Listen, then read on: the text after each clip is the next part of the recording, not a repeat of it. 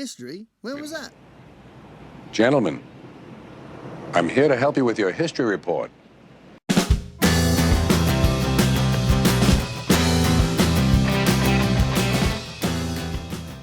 Hi guys, thanks for tuning into the channel. Thanks for finding me if this is your first time. I've done a bunch of videos now. This is in May.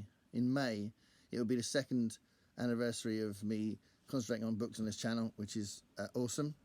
So it's nice to see the subscribers are slowly climbing up, which is great. So thanks a lot for the interest, and please make comments on the video so I can see what's working and what isn't. Today is going to be a slightly different video, because most of the time I'm looking at science fiction and fantasy and now occasionally horror and that kind of thing. But I have got a large collection of history books. Some of them I'm going to get rid of actually, but I've got a large collection of history books because I'm a graduate of a history degree.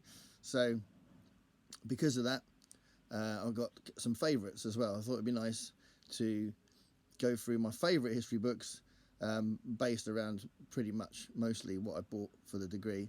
But I'm also inspired by Michael K Vaughan. I watch his channel a lot, and he is really interested in ancient history. He's got loads of books about that, and when he did his sort of favourite 100 books, he did quite a lot of history books in there. So I thought, yeah, why am I ignoring that? Because it's a cool thing. So history books, here we go. Sir, I don't make deals with peasants! I'm going to be covering quite a wide variety of events and periods and places across the world. So hopefully there's something in there that might tweak your interest. You can probably guess, once you've seen this video, you'll probably guess where I lean politically because of some of the things I like in the books and some of the things I gravitate towards. But also, it is a reflection of the course I did and the units I studied in the degree. Because it was definitely a social history degree that I studied, and it was definitely sort of bottom up history rather than top down history. So it was about the peasants and the lowlifes and the people without a lot, rather than studying kings and queens and stuff, which we didn't do. So it's it was quite important to me that I studied that. I was really interested in that, and I thought it was a brilliant degree, really interesting, and the modules that I was offered I thought were really interesting. But we didn't really cover that much Second World War, and most of the people that have a passing interest in history, or they buy a lot of history books, didn't necessarily study it, quite often seem to be obsessed with World War II. So I'm not interested in World War II much. Some people are just obsessed with Hitler and the weapons and the planes and all sorts of things like that. I don't know, it's just a bit odd. But for me, history is far more than that. It's thousands and thousands of years, and there's loads of things to dive into if you are interested in it. So yeah, here we go. History books. Ooh, nice ugly history. Okay, so straight off the bat, my favourite historian, Eric Hobsbawm. He's an awesome historian that has covered mostly modern times, so usually the last couple of 100 years, and he's done loads and loads of books on the 20th century. This is a particularly interesting one because it centres on Latin America. It's called Viva la Revolucion, and it covers the peasant uprisings in Peru and Colombia. It's got the Mexican Revolution covered, all the events that happened in Chile. He did it quite recently, so it's quite up to date. It's really interesting. Latin America's gone through all sorts of things over the years, and ultimately it's been sort of battling American imperialism. So he covers that really well. He writes really well. He's just an awesome guy, and I think this is the only one from Eric Hobsbawm in the list, but it's quite an interesting one because it's about Latin America. So Viva la Revolution. This is a great book called The War on Heresy. One of the interesting things I think about faith and the development of different belief systems and a religion across the centuries is heresy has been redefined in different ways over the centuries, and a lot of people think that because faith and belief was such a common thing across Europe, and it was sort of like the bedrock of their society's construction and the way that everything kind of fitted together, that idea of heresy is really important and kind of interesting to me. So this is a good one because this is a relatively recent exploration of medieval Europe and how heretics were treated and how that's been developed over time. This is probably an obvious one, but I can't do a video on history books without D. Brown's Bury My Heart and Wounded Knee. It's kind of like the definitive account of the way the Native Americans were treated in America and their sort of domination, their kind of attempt at extermination and all that kind of stuff. It's a horrific time in American history and something that is really fascinating to read about, and it's very complicated, much more complicated than it seems. And this is a really good book from the Native American point of view. There's been a few others that have been really good. There's another book that's kind of a good companion to this, which I've found in the shops, but I haven't got it yet. But this is a must for anyone to sort of see that perspective on American history. So Bury My Heart and Wounded Knee, really, really important history book. Bertrand Russell was a dude. He wrote some amazing books, and I did start collecting his books for a while I was doing my degree, and just slightly afterwards as well, before I got back into heavily reading fiction. And this is a really nice overview of Western philosophy that he wrote, history of Western philosophy. There's loads and loads of stuff in here, and if you feel like you know bits about history but you don't know who said what and what did they really say and how does it relate to what came before, this is a really good book to get stuck into Western philosophy. So Bertrand Russell, it's a nice big tome as well, so it covers a lot of different areas, but he writes really well. He was an awesome writer in general, so anything you see by Bertrand Russell's first worth looking at. But this is a really nice history of philosophy, so there we go. This next book had such an influence on me. It gave me a new perspective on Africa, sub-Saharan Africa, and it kind of gives you so much insight into the way that we relate to it as Europeans, the language in the hundreds of different languages in Africa, all those kind of things. And that's The Scramble for Africa. So this is a book where Thomas Pakenham tackles the late 19th century, where lots of different European countries basically competed to take different parts of Africa and occupy them, control them, influence them culturally, change their language, do all sorts of different things. It's all linked to a study in imperialism and a study in the way that that can affect a country's culture forever. So The Scramble for Africa is really, really good and really important. I don't know whether it's as available now. Some of these books are quite old, but they have been reissued lots of times because they're so important. So if you can find this one, it's really cool. The Scramble for Africa. This was a real find. I was told about this by my lecturer, Bob Keel, who sadly is no longer with us, but he was adamant I had to read this when I first started looking at the Peasants Revolts in module about that. And there's some really good essays in there, but they're all different essays by different historians. Another one of my favourite historians, Christopher Hill's there. But anyway, they're really, really interesting, and it's all about this idea of different ways that they've looked at how feudalism turned into capitalism. So that sort of early modern period going into the modern period, that's what this covers, and it's a really good book, but it's quite hard to find. So if you can find it, it's worth getting. Going back to the 1930s and the 20th century in general, the rise of fascism in Britain. So this is something that people don't like to talk about, but sadly, Mosley, here he is, was really popular in Britain.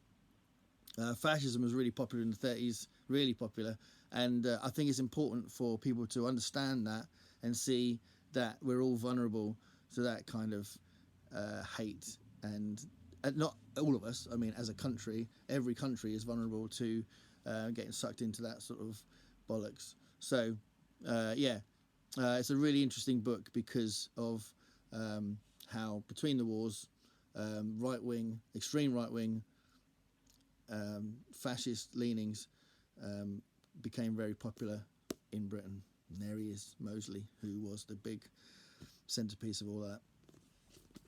And this is a cool one because bouncing off my general kind of irritation of some people's perception of Germany and how they're all obsessed with World War II.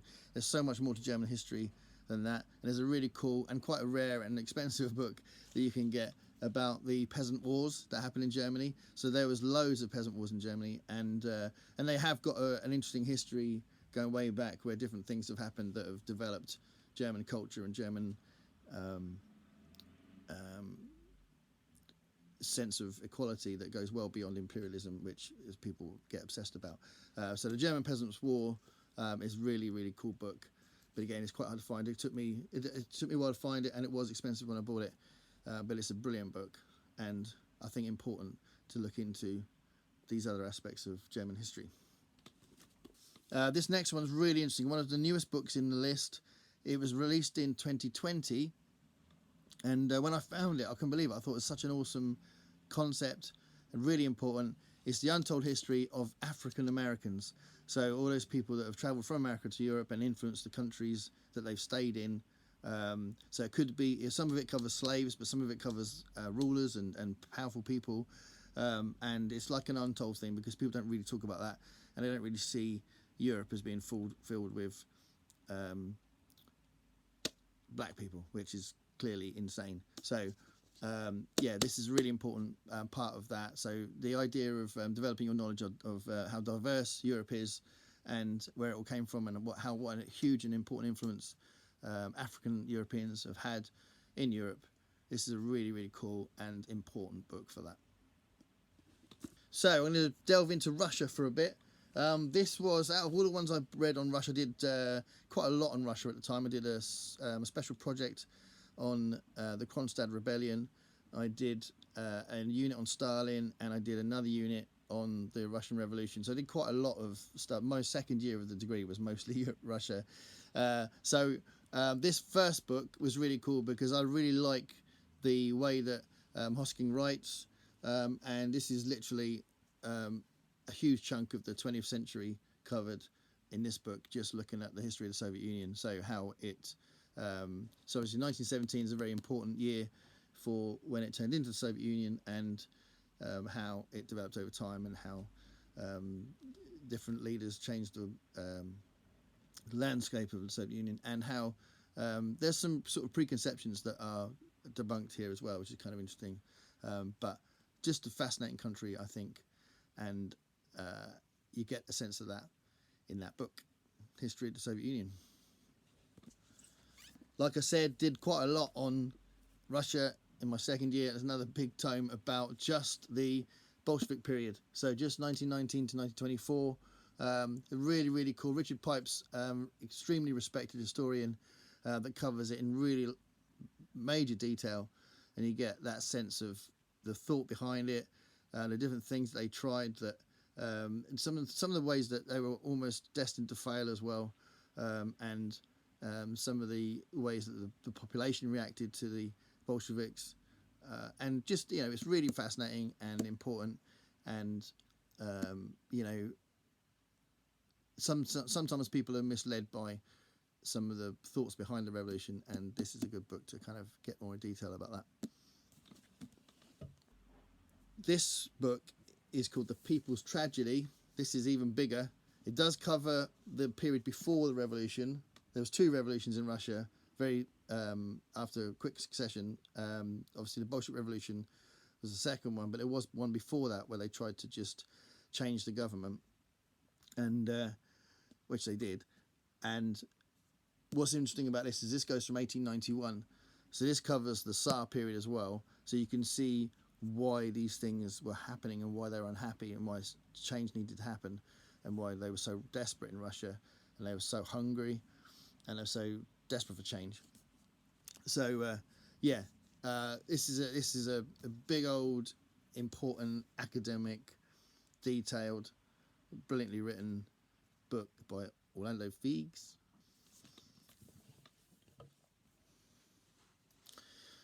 Okay, so I did do a lot on Russia, but I also did a module on the peasant revolts of the early period. So my favourite book of all of this is a book that really treats the subject of the 1381 Peasants Revolt in Britain in great detail. And that's this book here, edited by Dobson, and it's got loads in it. If you get a chance to find it, again, this is another one that I had to look around for a while to find. It's a big old book with lots and lots of detail about the Peasants Revolt 1381. I love the Peasants Revolt 1381. I think it's really, really fascinating and interesting and inspiring that those unhappy peasants that were able to make more demands because of the Black Death were making demands that you just wouldn't believe were so forward thinking and so advanced, and like they're literally changing the entire system with what they want, and it's all the way back in the 14th century. Quite phenomenal, really interesting. So all of that stuff's covered in here, and how it all unfolded and how the king let them down at the end. The really young king, he was like stupidly young, a teenager. And then this is another one that covers the same thing. Rodney Hilton's book is really Bond Men Make Free, is very celebrated by history scholars. It's referenced a lot. It's a really good book on the subject. It's not quite as big, so if you think, well, I just want to delve into it a bit, I don't want to read a huge book on it, then this is a really good examination of the 1381 uprising. But it also mentions other things across Europe that, because it was happening across Europe, because of the Black Death, the peasants had some leeway to say, well, actually, I don't have to do what you say, because I can work for someone else. So this is what I demand. So they had more power to make demands, because the Black Death literally wiped out a third of Europe. So because of that, it wasn't just in Britain. There were peasant revolts all over the place in Europe, and they were saying, stop treating me like this. So yeah, Bondmen Made Free, awesome book, Rodney Hilton. This is a recent discovery, a recent purchase, but it's a really good book, and it covers a wide history across lots of centuries of radicalism, left-wing radicalism, not sort of nationalistic radicalism, which is a little scary at the minute. But this is more about when before the last, I don't know, 30 years, radicalism was always linked to the sort of left-wing kind of peasants' uprisings, the civil wars, the things that were looking to change the establishment, whereas lately it's been attached to things that were more about increasing that sense of national pride and imperialistic kind of ideologies. So the word radicalism is quite different now, isn't it? But the radical history of Britain is referencing different people that have tried to change inequality, essentially, and get votes extended and get more freedoms extended and those kind of things, and poverty dealt with. So this covers a lot of different events across the centuries, and it's just Britain, but there's lots to cover, because this country has had lots of different change throughout the centuries, even though there's some great little nuggets, like during the Chartist movement, which is a really important movement when they were trying to get votes for people who had less money. Not for everybody, but for people, it was like a really important stepping stone for the votes being extended. One of their massive demonstrations that was supposed to be a huge moment in the movement was called off because of rain. So there were some little things like that. But having said that, it's still had a very radical history as well, and some people that have really tried to make a difference to people's freedoms and inequality. So this is a good book for that. I bought this at a shop in Liverpool. We just discovered how cool Liverpool was this year. I'd never been to Liverpool, and there's a really cool shop in there that covers political books, and that was where I bought that. So on to definitely one of my all-time favourite history books. Is it my all-time favourite history book? Could be. It might be. It's the one I think about a lot when I think, what is my favourite history book? So, The World Turned Upside Down. It's also a really cool song that I do in my gigs as well. But Christopher Hill is an iconic historian, if that can even make sense. That sounds like ridiculous. Sounds like an oxymoron. But Very talked about a lot, very famous amongst people who think about history and historians, and he's very clearly a very left-wing historian. But to be fair, when people say he's biased, every historian's biased, and well, that's one of the things you kind of tackle first when you start doing a degree, that you have to write essays and study and research the idea of historiography and the idea that all history is biased. So if the things that he covers, which is basically almost entirely the 17th century in England, so his perspective on that, you can find tons and tons of books that have the opposite perspective, that it's not about radicals trying to change Britain's system, which is his perspective. You've got lots of people saying it wasn't that, it was just sort of middle class people trying to get better money, and they just didn't like the king, and it was, and they try and dumb that down. And to be honest, some of those arguments don't really work for me. I think some of it's a little bit shallow, and the way he delves into it, he is actually looking at lots of different sections of society and seeing how lots of them were being quite extreme and being inspired by other people. And some of the people, like the wealthy people that were trying to get the king replaced and getting fed up with Charles I, those people were inspiring people that had less power and less wealth, and those were also inspiring other people that had less power and wealth than those people. So the levelers and the diggers, all these different sort of radicals were being influenced by each other, and that's covered in this book. It's a really interesting book, The World Turned Upside Down. And for those, especially in those 10 years, 1640 to 1649, it's 9 years, but in that period, especially when it got really, really extreme and anything could have happened in this country, it's silly, I think, to ignore all those smaller factions that are making a big difference, and they're coming up with really extreme ideas. So that's worth looking at. And he doesn't shy away from the fact that it's the 17th century, so a lot of it was also influenced by religion, and some of these extreme sort of left-wing ideals were actually built around their Christian beliefs as well. So it wasn't necessarily this sort of what you might think or assume nowadays might be an atheist thing. It's also interesting that is religion's wrapped around all of this as well, because it's the 17th century. So yeah, World Turned Upside Down, Christopher Hill. Bouncing off that, another one of the same period, I find that the whole Civil War in England, I think, is so interesting. And there is a big book here that's worth reading if you're interested in the Levelers. If you like the band and you think the name is quite interesting, where did it come from, then why not read this? It's a very cool examination of what the Levelers' demands were. The Levelers weren't poor people that were trying to get more power. That they were quite well-off middle-class people that had the ability to make a difference because of the power they had as well. But they were radical, and they were really important in the whole Civil War thing. So, and their demands have had overreaching influence over the centuries as well. So, really interesting examination of the whole Civil War. So, as I did a social history degree, clearly I must have looked at some point the conditions for the poor in England in the late 19th century. I did do that. And I think the most interesting book that I covered in that period, in that module, all about that, is Henry Mayhew's London Labour and the London Poor. Absolutely amazing book.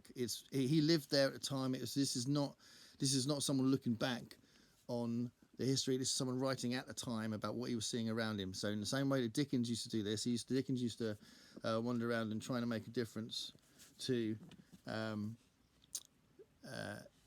the conditions of London through his writing. He tried to sort of argue a case for tackling inequality and tackling poverty. Henry Mayhew wrote this book for the same reason. He was disgusted with what he could see around him in the London streets. So this is such an interesting and powerful and important book. So London Labour and London Poor by Henry Mayhew. Similarly, this has got a similar point behind it, a similar concept, but it's done by a more recent historian, not by someone who's living at the time. So this is looking at different sources and examining what the conditions were like in London for the people that were on the below the breadline, the people in poverty, the outcasts of London. So Garrison Jones, I think, is a really good writer. I like the way he writes. He's done some really interesting things. He does look from the bottom up, so he's definitely a social historian. He's definitely left wing, but to be honest, I think if you're right wing looking at that stuff, and you're going to write that something silly like, well, they're not working hard enough or they're not trying hard enough or something, I don't know how you could tackle 19th century poverty and not understand that it was horrific. But if you are going to do that, then yeah, clearly you're not really giving it the empathy you need to. So I do like the fact that you've got writers like Garrison Jones looking at this. So The Outcasts of London, a really good book that you can still find quite easily, I think, now. It's still in print and easy to find. I also had a module on witchcraft, which I thought was really interesting, and it's good to see the psychology behind how it happened and how hysterical it was, and how uncontrolled it was, how deep-seated it was, and how dangerous that kind of evangelical religion can be, I think, from that point of view. So there's a couple of good books I want to sort of reference here that were really good material for the examination of it in general. So you've got Witchcraft in Early Modern England by James Sharp, and you've got The Witch Hunt in Early Modern Europe by Brian Levant. Two essential books that cover that period and sort of the witch hunts in Europe and England. Yeah, this is slightly bigger, covers a wider range of areas. That's really small, that one. So if you want to just delve into it, just look at England, then you can do that. So that's really cool. But even better than that, I love this book because it's coming up. This is a witchcraft source book, and these are all sources, so primary sources. So if you're not sure what primary sources mean, these are all documents from the time. So it's edited by Levant, like that other book was an examination written by him. Most of them are witch trials, so you can read these and see how crazy it was, basically. So yeah, witchcraft source book, really, really awesome. And you get any source books, then that's really cool. And actually, I did have a few source books I was going to talk about. So this is a good one, Exploring History, 1400 to 1900. This is an anthology of sources, primary sources. It's a really nice collection of different things, different government documents and different accounts from people, diary entries, all sorts of things are in there. And you can get a real sense of what was actually happening in that huge period of time. So that's a really cool one.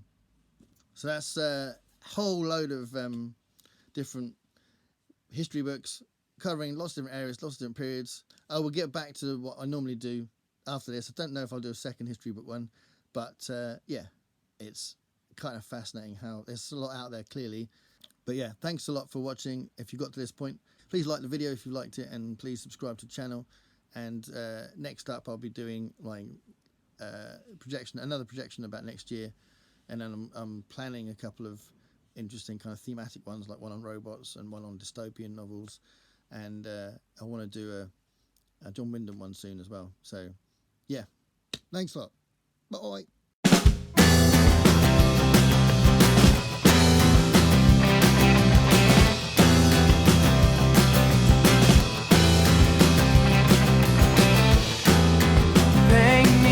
Picture of